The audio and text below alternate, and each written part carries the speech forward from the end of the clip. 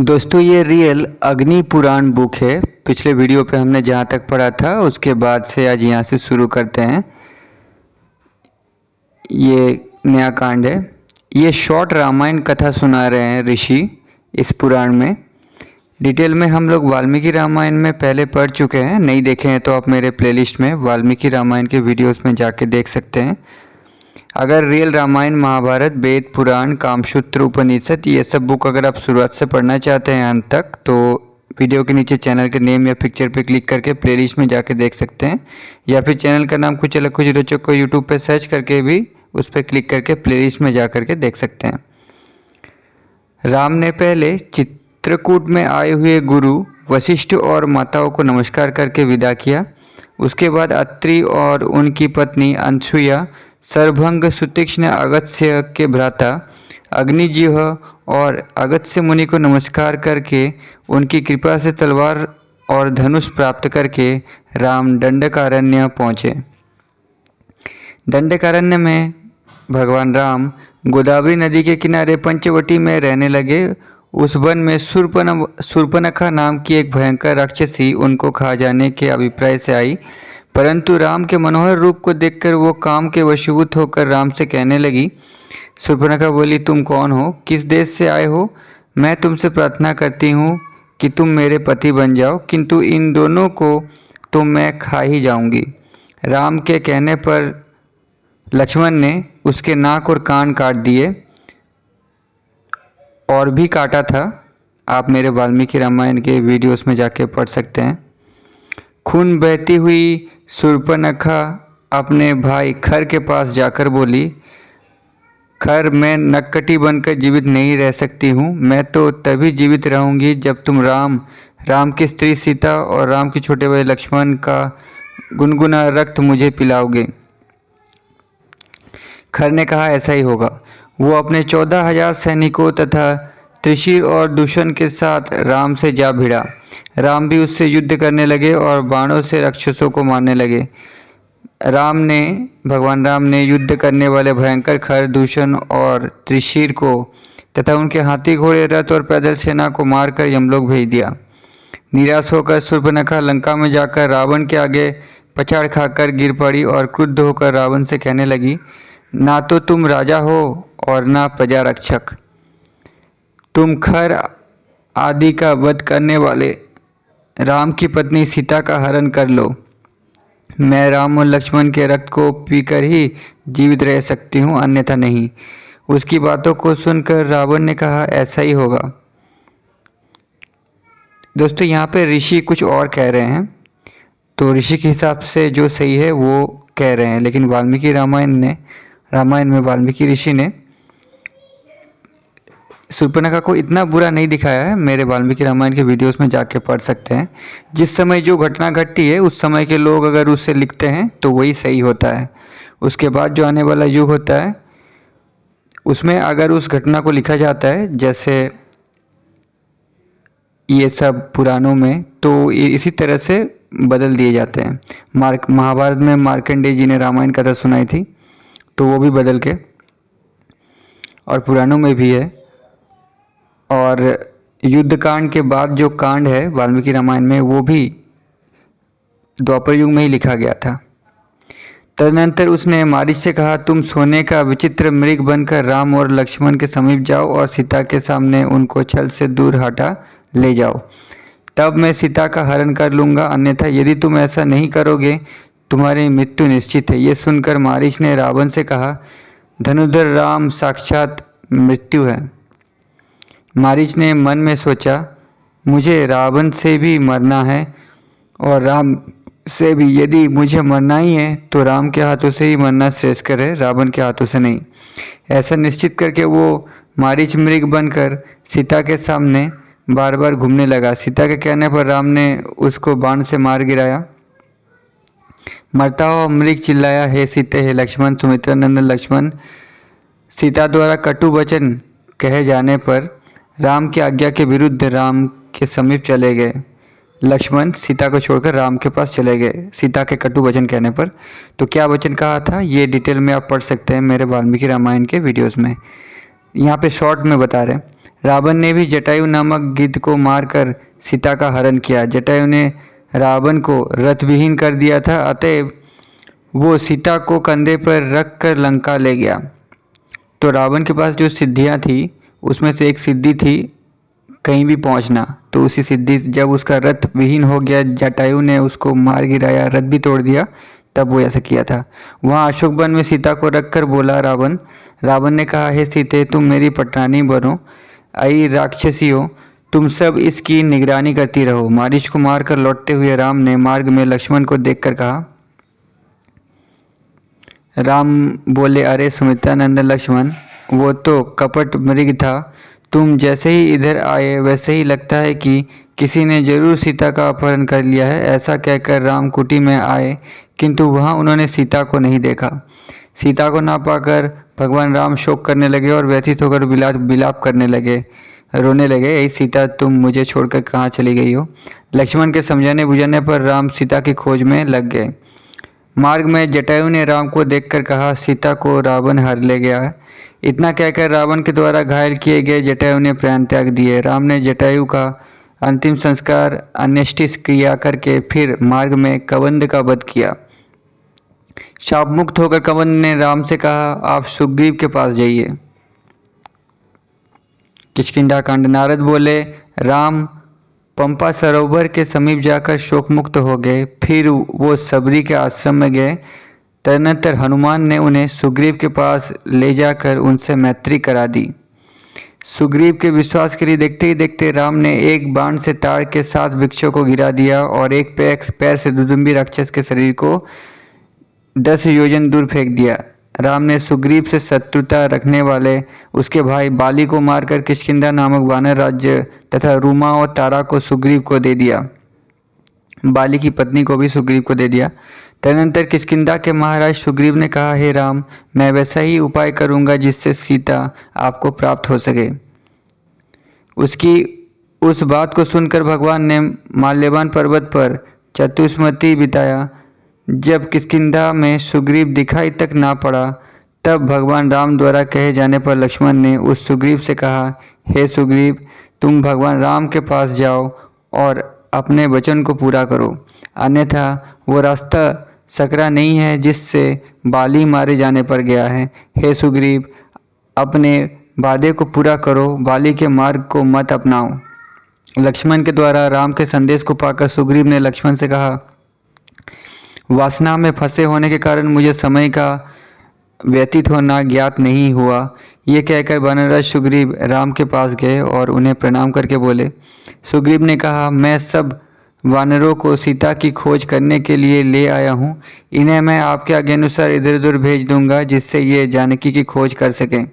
उन्होंने वानरों से भी कहा, वानरों, पूर्व आदि दिशाओं में जाकर 1 माह के अंदर ही सीता की खोज कर लो। 1 माह से अधिक होने पर मैं सबको मार डालूंगा।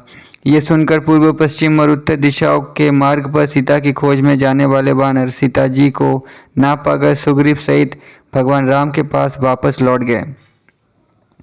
भगवान राम की अंगूठी लेकर हनुमान जी वानरों के साथ दक्षिण में सुप्रभा की गुहा के पास सीता जी की खोज करते रहे। 1 महीने से अधिक समय तक विंध्याचल पर भटकते हुए जब उन्होंने सीता जी को नहीं देखा, तब कहने लगे, हम लोग तो व्यर्थ ही मरेंगे।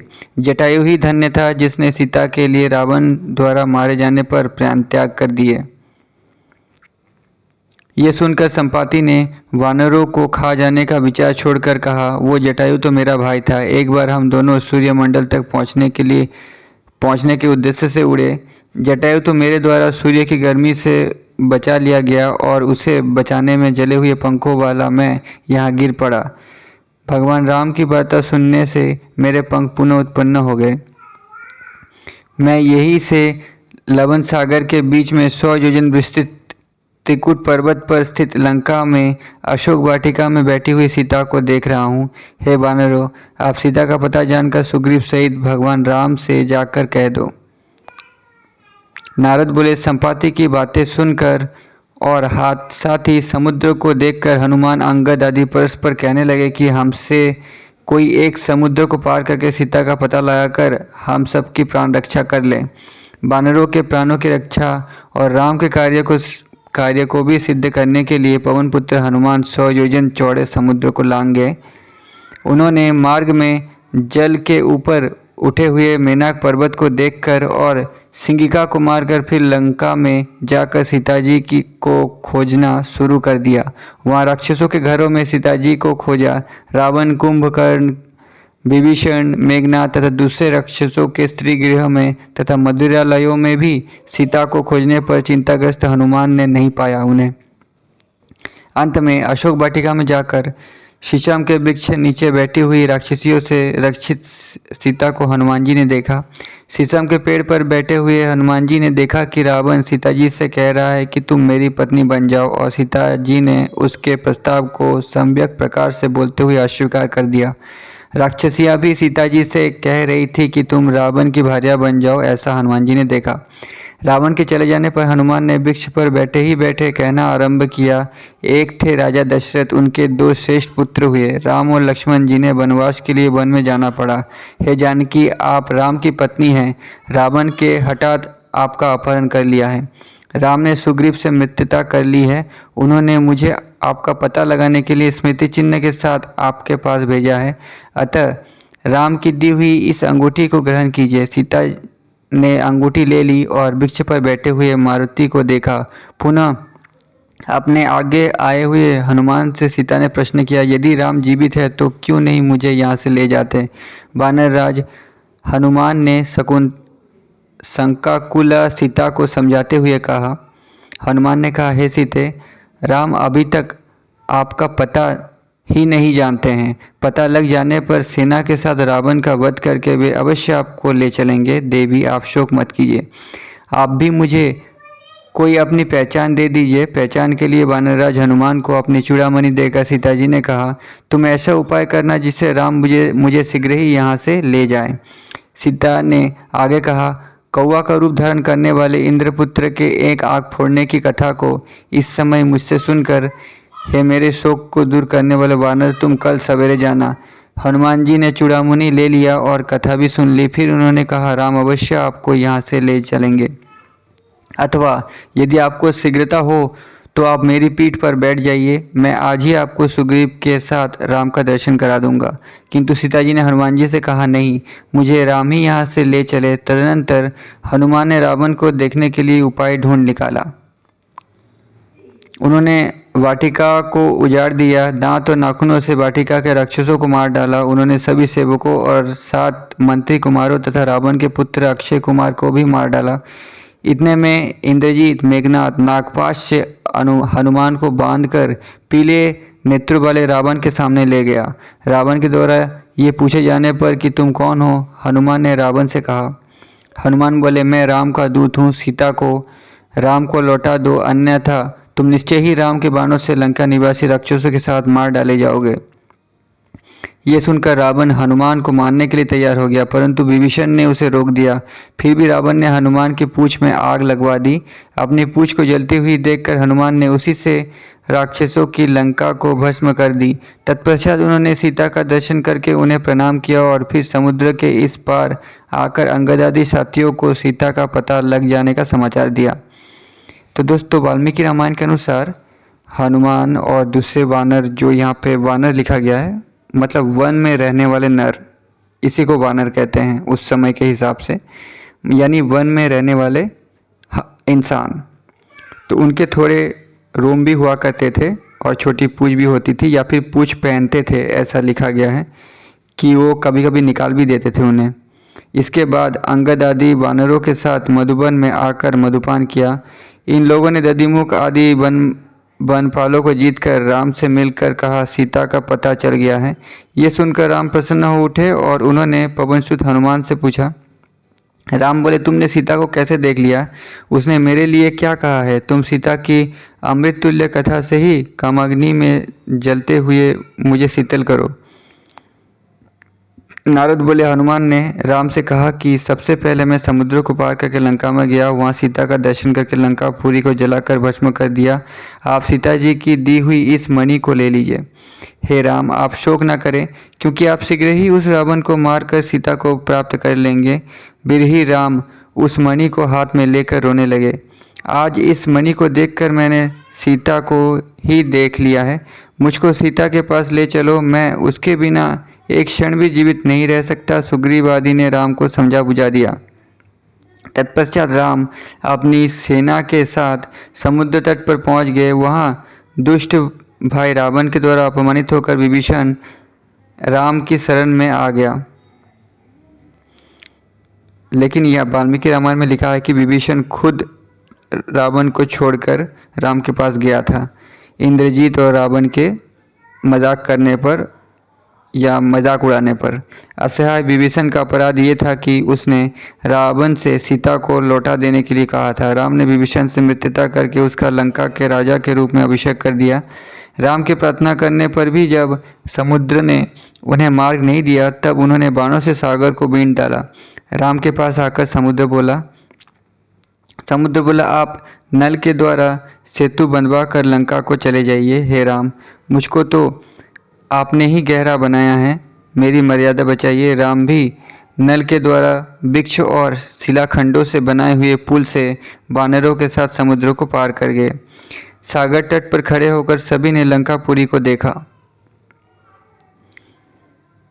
युद्धकांड। नारद बोले, राम के कहने पर अंगद ने रावण के पास जाकर कहा, शीघ्र ही सीता राम को दे दो, नहीं तो तुम्हारी मृत्यु निश्चित है। ये सुनकर रावण अंगद को मारने के लिए तैयार हो गया। अंगद राक्षसों का वध करके राम के निकट आकर कहने लगा, रावण तो युद्ध पर ही उतारू है। ये वचन सुनकर राम भी वानरों के साथ युद्ध के लिए लंका में पहुंच गए। हनुमान, मेंद, द्वित, जामवंत, नल, नील, तार, अंगद, धूम्र, सुषेण, केसरी हनुमान जी के पिता थे। गज, पनस, विनत, रंभ, शरभ, कंपन, बलि, गवाक्ष, दधिपत्र, गवय, गंधमादन और अन्य असंख्य वानरों के साथ सुग्रीव भी युद्ध क्षेत्र में आ गए। राक्षसों और वानरों में घोर युद्ध हुआ। राक्षसों ने वानरों को बाण, शक्ति और गदा आदि से मारना आरंभ किया। इससे पहले एक भयानक मल्लयुद्ध हुआ था सुग्रीव और रावण के बीच, दोनों ही बराबर थे। ये यहाँ पे लिखा नहीं गया है, वाल्मीकि रामायण में आप जाके पढ़ सकते हैं मेरे प्लेलिस्ट में, ठीक है, वहाँ पे डिटेल में बताया गया है। वानरों ने राक्षसों का नख, दांत और पत्थर आदि से प्रहार किया। राक्षसों की सेना, जिससे हाथी, घोड़ा, रथ और पैदल थे, मारी गई। हनुमान ने पर्वत शिखर के प्रहार से अपने शत्रु धूम्राक्ष को मार डाला। नील ने लड़ने वाले अकंपन और प्रहस्त का वध कर दिया। गरुड़ के दर्शन से मेघनाद के नागपाश रूप सरबंध से छूटे हुए राम और लक्ष्मण ने राक्षसों की सेना का संहार किया। राम ने युद्ध में बाणों से रावण को जर्जर कर डाला। इससे दुखी होकर रावण ने कुंभकर्ण को जगाया। कुंभकर्ण ने 1000 घड़े मदिरा का पान करके और भैंसे आदि का मांस खाकर तृप्त होकर रावण से कहा, कुंभकर्ण ने कहा, सीता का हरण करके किया तो तुमने पाप ही है, परंतु तुम मुझसे बड़े हो, इसलिए मैं जाता हूँ और वानरों के सहित राम को मार गिराता हूँ। नारद बोले, ये कहकर कुंभकर्ण सभी वानरों को कुचलने लगा। कुंभकर्ण के द्वारा पकड़े जाने पर सुग्रीव ने उसका नाक कान काट दिया। कान और नाक को खोकर उसने बहुत से वानरों को खा डाला, किंतु शीघ्र ही राम ने बाणों से कुंभकर्ण की दोनों भुजाओं को काट डाला। तदनंतर उसके दोनों पैरों और सिर को काटकर भूमि पर गिरा दिया। इसके बाद राम, लक्ष्मण और विभीषण सहित वानरों के द्वारा लड़ाई करते हुए कुंभ, निकुंभ, मकराक्ष, महोदर, महापाश्व, मत्त, उन्मत्त, प्रघर्ष, भास्कर्ण, विरूपाक्ष, देवांतक, नरांतक, त्रिशिरा, अतिकाय और अन्य राक्षस युद्ध में पृथ्वी पर गिरा दिए गए। इनका बहुत बड़ा युद्ध हुआ था, डिटेल में वाल्मीकि रामायण में मेंशन है। मेघनाद इंद्रजीत ने मायापूर्वक युद्ध करते हुए राम आदि को वरदान में प्राप्त नागपाश से बांध दिया। वहाँ के वैद्य सुषेण ने विशल्या नामक अस्त्र विशेष से दोनों के अंग में से टूटे हुए बाण को निकालकर हनुमान द्वारा लाए हुए पर्वत की औषधि से घावों को ठीक कर दिया। तो दोस्तों, मैंने पहले ही कहा था कि हनुमान ने कोई पहाड़ उठा के नहीं लाए थे। यहाँ पे देखिए लिखा हुआ है, पर्वत की औषधि से घावों को ठीक, हनुमान द्वारा लाए हुए पर्वत की औषधि हनुमान जी को पता था। लोग कहते हैं कि हनुमान जी को औषधि नहीं पता था इसलिए पूरा पहाड़ लेके आए, लेकिन ऐसा नहीं है। यहाँ पे लिखा हुआ है, और महाभारत में मार्कंडेय जी भी ने भी ये माना है कि हनुमान जी कोई पहाड़ नहीं लाए थे, ठीक है, महाभारत में जब मार्कंडेय जी युधिष्ठिर को राम की कथा सुनाते हैं तब भी, और जो हमने वाल्मीकि रामायण पढ़ा था उसमें भी मैंने समझाया है, पढ़ा है डिटेल में। तत्पश्चात हनुमान ने उस पर्वत को जहाँ पहले था वहीं रख दिया। यहाँ वहाँ पे वाल्मीकि रामायण में और इसका कोई मेंशन नहीं है, ये यहाँ पे जोड़ा गया है। क्योंकि मैंने पहले ही कहा था कि कुछ ये जो पुराणों में लिखा गया है ये द्वापर युग के ऋषियों ने लिखा है, ठीक है। तो इस त्रेता युग में ऋषि अगर लिखते, हालांकि वाल्मीकि जी त्रेता युग में थे, इसलिए मैं सिर्फ वाल्मीकि रामायण को ही मानता हूँ। ये वाला सीन नहीं लिखा गया है वाल्मीकि रामायण में कि पर्वत जहाँ था वहाँ रख दिया। निकुंभिला में होम आदि क्रिया करने वाले वीर मेघनाथ को लक्ष्मण ने लड़ाई में बाण में मार गिराया। इससे सुख संतप्त होकर रावण सीता को मारने के लिए तैयार हो गया। अभिमन्यु ने उसको समझाकर शांत कर दिया। तत्पश्चात रावण स्वयं रथ पर चढ़कर सैनिकों के साथ रणक्षेत्र में आ गया। इंद्र के कहने पर मातली ने राम को अपने रथ पर बैठा लिया। राम और रावण के युद्ध के समान ही था। रावण वानरों को मारता था और हनुमान आदि रावण को मारते थे। राम ने रावण के ऊपर उसी प्रकार शस्त्रास्त्रों की वर्षा की जैसे मेघ जल वृष्टि करता है। उन्होंने रावण की ध्वजा को काट गिराया और रथ घोड़े और साथी को मार गिराया। जैसे जैसे राम रावण की भुजा और सिरों को काटते जाते थे वैसे उसके बाहु और सिर उत्पन्न हो जाते थे। यानी रीजेनरेशन का या हीलिंग का पावर था रावण में। हाथ भी वापस से उग जाते थे और सर भी, जैसे हमने डेडपुल मूवी में देखा था। अंत में ब्रह्मास्त्र से उसके हृदय को बींध कर राम ने रावण को भूमि पर गिरा दिया। ये देखकर राक्षस और राक्षसियाँ सभी विलाप करने लगे। राम की आज्ञा से विभीषण ने सबको समझा बुझाकर शांत किया और उस मृतक रावण का अग्नि संस्कार किया, यानी जला दिया, अंतिम संस्कार। राम ने हनुमान के द्वारा सीता को बुलवाया और अग्नि में प्रविष्ट सीता को शुद्ध चरित्र समझकर पुनः अपना लिया। इंद्रादि देवताओं ब्रह्मा और दशरथ ने राम की स्तुति की और प्रशंसा करते हुए कहने लगे कि तुम राक्षसों का सर्वनाश करने वाले विष्णु हो। प्रार्थना किए जाने पर इंद्र ने अमृत वर्षा की जिससे सब मरे हुए वानर फिर जीवित हो उठे। तदनंतर राम और रावण के युद्ध को देखकर और राम से सम्मानित होकर वे स्वर्ग में चले गए। राम ने विभीषण को लंका का राज्य दे दिया। वानरों का सत्कार करके सीता के सहित पुष्पक विमान पर बैठकर जिस मार्ग से गए थे उसी मार्ग से लौट पड़े। राम अत्यंत प्रसन्न थे और मार्ग में सीता को वन के दुर्गम पंथों को दिखाते हुए चले जा रहे थे। भरद्वाज का प्रमाण करके राम नंदीग्राम पहुँचे। यहाँ भरत ने नम्रतापूर्वक उनको प्रणाम किया।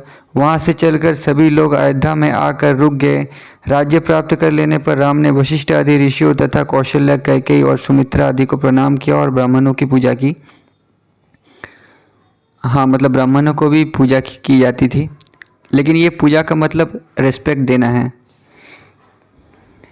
भगवान राम ने अश्वमेध यज्ञ के द्वारा आत्मस्वरूप भगवान वासुदेव की पूजा की, यानी विष्णु की पूजा की राम ने। उन्होंने सब तरह का दान दिया और प्रजाओं को पुत्रवत पालन किया। भगवान राम धर्म, काल आदि पुरुषार्थ का पालन करते हुए दुष्टों का निग्रह करने में लग गए। भगवान राम जब राज्य पर शासन कर रहे थे सभी लोग धर्मपरायण थे। पृथ्वी सब प्रकार से धन धान्य से भरी पूरी थी और किसी की अकाल मृत्यु नहीं होती थी। ये उत्तरकांड है, इसी के बारे में मैं बात कर रहा था। इसी को द्वापर युग में लिखा गया है। हालांकि ये पुराण है द्वापर युग में लिखा गया था, इसीलिए महाभारत की स्टोरी इससे तो विश्वास की जा सकती है, लेकिन रामायण के लिए वाल्मीकि रामायण को ही पढ़ना पड़ेगा। हालांकि ये वाल्मीकि रामायण से मैच करता है, लेकिन ये उत्तरकांड जो है ये नहीं है। नारद बोले, राम के सिंहासनहीन होने पर सम्मानित अगस्त्य आदि ऋषि राम के पास गए। ऋषि बोले, हे राम, तुम धन्य हो, तुम सर्वश्रेष्ठ विजेता हो, क्योंकि तुमने मेघनाथ जैसे इंद्र विजयी योद्धा का वध किया है। ब्रह्मा के पुत्र थे पुलत्स्य, उनका पुत्र था विशेषभा कैकेयी और पुष्पोत्कटा 2 पत्नियां थी। पुष्पोत्कटा से उसको धनेश्वर कुबेर नामक पुत्र हुआ। कैकेयी से रावण उत्पन्न हुआ जिसके 20 भुजाएं और 10 सिर थे। रावण ने तपस्या के द्वारा ब्रह्मा से वर प्राप्त करके सब देवताओं को जीत लिया था। कैकेसी का दूसरा पुत्र था कुंभकर्ण जो बहुत सोने वाला था। तीसरा पुत्र था विभीषण जो धर्मनिष्ठ था। इनके एक बहन थी शूर्पणखा। रावण का पुत्र मेघनाद हुआ। मेघनाद ने इंद्र को जीतकर इंद्रजीत की उपाधि प्राप्त की थी। वो रावण से भी अधिक बलशाली था। देवता इत्यादि के कल्याण की कामना से अपने लक्ष्मण द्वारा उसका वध कर दिया। नारद बोले, ये कहकर अगस्त्य इत्यादि ऋषि अभिवादन प्राप्त कर चले गए। देवताओं की प्रार्थना पर राम ने शत्रुघ्न को लवणासुर के वध के लिए भेजा। शत्रुघ्न ने उसका वध किया। उस समय मथुरा नाम की एक नगरी थी। राम के आदेश से भरत ने वहां जाकर 3 करोड़ शैलुष पुत्रों को अपने तीक्ष्ण बाणों से मार डाला। सिंधु तटवासी उद्धव गंधर्व और शैलुष को मारकर उनके देशों के राज सिंहासन पर उनके पुत्र तक्ष और पुष्कर को बैठाया। तदनंतर शत्रुघ्न के सहित भरत अयोध्या को लौट गए, जहाँ वे राम की सेवा में रहने लगे। मानव शरीरधारी राम युद्ध में दुष्टों को मारते थे एवं सज्जनों का पालन करते थे। लोकापाद के कारण निर्वासित जानकी के गर्भ से वाल्मीकि के श्रेष्ठ आश्रम में कुशलभ नामक 2 पुत्र उत्पन्न हुए। तत्पश्चात सीता की सच्चरित्रता को सुनकर राम ने अपने दोनों पुत्रों को पहचाना और उन्हें राज्य सिंहासन पर अभिषिक्त कर दिया। मैं ब्रह्म हूँ, ऐसे ध्यान में लगे हुए राम ने 11,000 वर्षों तक शासन किया। तो दोस्तों, उस समय कैलकुलेशन अलग हुआ करते थे। तो 11,000 का मतलब आप यहाँ पे कुछ और समझ सकते हैं, सिर्फ 11 साल ही मान सकते हैं। और महाभारत में लिखा गया है कि एक महान पुरुष या सत्पुरुष के 1 साल कई हजार सालों के बराबर होता है। तो उस समय लिखने का जो मतलब था वो अलग था। तो 11,000 का मतलब आप फिजिकली 11,000 साल मत मानिएगा। उन्होंने बहुत से यज्ञों का अनुष्ठान किया। देवताओं की प्रार्थना पर राम और पूर्ववासियों और भाइयों के साथ स्वर्ग चले गए। देवताओं की प्रार्थना पर राम सभी पूर्ववासियों और भाइयों के साथ स्वर्ग में चले गए, यानी देह त्याग कर दिया। पूर्ववासियों तो मतलब भीष्म पितामह जैसे राम और उनके 4 भाई भी अपने इच्छानुसार स्वर्ग में चले गए, यानी मृत्यु को प्राप्त हो गए इच्छानुसार। पूर्ववासियों अनुजों और जनपदवासियों समेत सीता पुत्र लव और कुश राज्य संभालने लगे। अग्नि बोले, देवर्षि नारद के मुख से राम कथा को सुनकर वाल्मीकि जी ने विस्तार पूर्वक रामायण की रचना की। जो इसको सुनता है वो अवश्य ही स्वर्ग को चला जाता है। अब कृष्ण अवतार का वर्णन। अग्नि बोले, अब मैं हरिवंश का वर्णन करूंगा। दोस्तों, मैं हरिवंश पुराण भी पढ़ चुका हूं, जहां पे कृष्ण की स्टोरी और भविष्य में होने वाली घटना का वर्णन है। उसमें कृष्ण की असली स्टोरी लिखी हुई है। आप मेरे प्लेलिस्ट में जा कर के देख सकते हैं कृष्ण स्टोरी में, जिसको महाभारत का खील भाग भी बोला जाता है, क्योंकि ये महाभारत का ही पार्ट है। उसको अलग नाम दिया गया है हरिवंश पुराण। विष्णु की नाभि से कमल और कमल से ब्रह्मा की उत्पत्ति हुई। ब्रह्मा से अत्रि और अत्रि से चंद्रमा उत्पन्न हुए तथा चंद्रमा से पुरुरुवा उत्पन्न हुए। पुरुरुवा से के पुत्र आयु और आयु से नहुष हुए। नहुष का पुत्र ययाति हुआ। ययाति से देवयानी ने यदु और तुर्वसु नामक 2 पुत्रों को जन्म दिया। विश्वपर्वा की पुत्री शर्मिष्ठा ने ययाति से दुन्न, अनु और पुरु नामक पुत्रों को जन्म दिया। यदु के वंशज यादव कहलाए। उनमें वसुदेव सबसे उत्तम हुए। वे भगवान वसुदेव पृथ्वी के पाप का बोझ उतारने के लिए पिता वसुदेव और माता देवकी के गर्भ से अवतरित हुए। कृष्ण जन्म के पूर्व विष्णु की प्रेरणा से योग निद्रा हिरण्यकशिपु के 6 पुत्रों को देवकी के गर्भ में लाई थी। 7वीं बार देवकी ने गर्भ से बलराम उत्पन्न हुए, जिसको माया ने रोहिणी के गर्भ में रख दिया, यानी गर्भ ट्रांसफर जब अभी होता है उस समय भी होता था, इसलिए वे रोहिणी या रोहिणी पुत्र कहलाए। तदनंतर भाद्रपद की कृष्णाष्टमी की अर्धरात्रि के समय चतुर्भुज रूप में भगवान कृष्ण प्रकट हुए। देवकी और वसुदेव के द्वारा स्तुति किए जाने पर वे 2 भुजा वाले बालक बन गए। वसुदेव ने कंस के भय से कृष्ण को यशोदा की सैया पर पहुंचा दिया। वसुदेव जी ने यशोदा की कन्या को लाकर देवकी की सैया पर रख दिया। कंस ने शिशु का रोना सुनकर उसे शिलातल पर पटक दिया। देवकी कंस को बार बार मना कर रही थी। कंस ने कहा कि 8वां गर्भ मेरा काल होगा। इस आकाशवाणी को सुनकर ही मैंने तुम्हारे पुत्रों की हत्या की है। कंस के द्वारा फेंकी जाने पर वो बालिका आकाश में जाकर कंस से कहने लगी। बालिका बोली, रे कंस, मुझे इस प्रकार फेंकने से क्या? तेरा वध करने वाला पहले ही उत्पन्न हो चुका है। वो देवताओं का सर्वस्व है और पृथ्वी के भार को हटाने के लिए उत्पन्न हुआ है।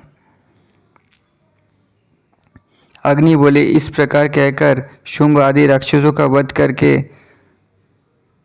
करके वो देवी इंद्र के द्वारा इस प्रकार पूजित हुई। आर्या, दुर्गा, वेदगर्भा, अंबिका, भद्रकाली, भद्रा, नेकबाहु आदि नाम वाली देवी, मैं तुम्हें नमस्कार करता हूँ। जो व्यक्ति तीनों संध्याओं में इन नामों का पाठ करता है उसकी सभी मनोकामनाएं पूर्ण हो जाती है। कंस ने भी उस शिशु का नाश करने के लिए पूतना इत्यादि को भेजा। तो दोस्तों आज के वीडियो पे इतना ही। वीडियो बहुत बड़ा हो गया है, इसके बाद हम लोग नेक्स्ट वीडियो पे पढ़ेंगे। तब तक के लिए धन्यवाद।